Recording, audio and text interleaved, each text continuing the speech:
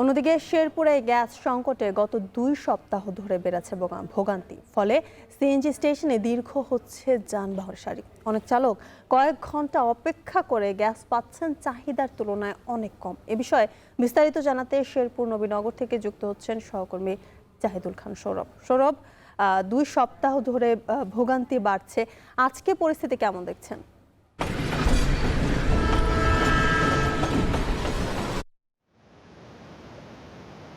যদি আপনি যেমনটি বলছিলেন, শেরপুরে গত 2 সপ্তাহ থেকে কিন্তু গ্যাসের যে সংকট সেটি কিন্তু এখন পর্যন্ত স্বাভাবিক হয়নি এবং এই গ্যাস সংকটের ফলে কিন্তু ভোগান্তি বেড়েছে অনেকটাই। আমি এখন দাঁড়িয়ে আছি শেরপুর জেলা শহরের নবীনগর তাজ ফিলিং স্টেশনে এবং আমরা সকাল থেকে দেখছি এখানে সিএনজি সহ অন্যান্য যে ব্যক্তিগত গাড়ি রয়েছে সেটির একটি দীর্ঘ লাইন। তো এখানে আমরা বেশ কয়েকজন চালকের সাথে কথা বলেছি। চালকরা আমাদেরকে জানিয়েছেন যে এই গত 2 সপ্তাহ থেকে ধরে চলা এই গ্যাস সংকটের কারণে তারা অনেকটাই ভোগান্তি তাদেরকে পোহাতে হচ্ছে এবং তারা বলছেন যে দীর্ঘ সময় অপেক্ষা করে তারা মাত্র 50 থেকে 80 টাকার গ্যাস নিয়ে তাদেরকে চলে যেতে হচ্ছে। তারা বলছেন যে গ্যাসের স্বাভাবিক যে চাপ সেটা তুলনায় কিন্তু অনেক চাপ থাকার কারণে এই সমস্যা তারা সম্মুখীন হচ্ছেন। তবে এখানে আমি তাজ ফিলিং স্টেশন কর্তৃপক্ষের সাথে কথা বলেছি। কর্তৃপক্ষ আমাকে জানিয়েছেন যে চলমান সংকটের কারণে তারাও অনেকটা ভোগান্তিতে পড়ছেন। এই দীর্ঘ লাইন এবং যে ভিড় সেটি কিন্তু তারা সামলাতে ভোগান্তি পোহাতে হচ্ছে তাদেরকে।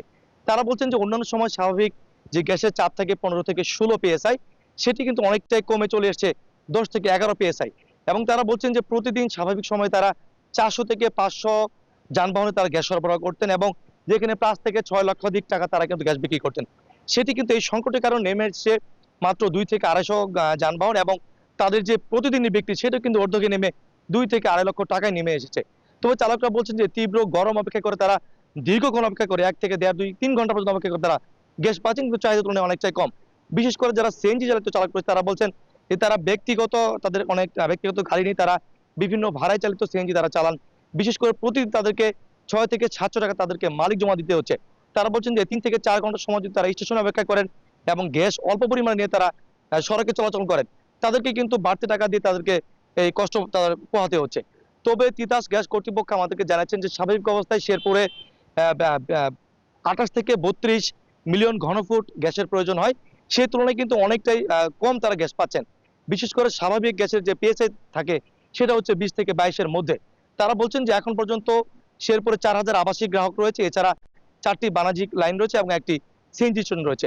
তারা বলছেন যে দ্রুত সময়ের মধ্যে জাতির সংকট কেটে যায় তাহলে হয়তো গ্যাসের স্বাভাবিক যে চাপ সেটা বৃদ্ধি পাবে এবং ভোগান্তি অনেকটাই কমে আসবে।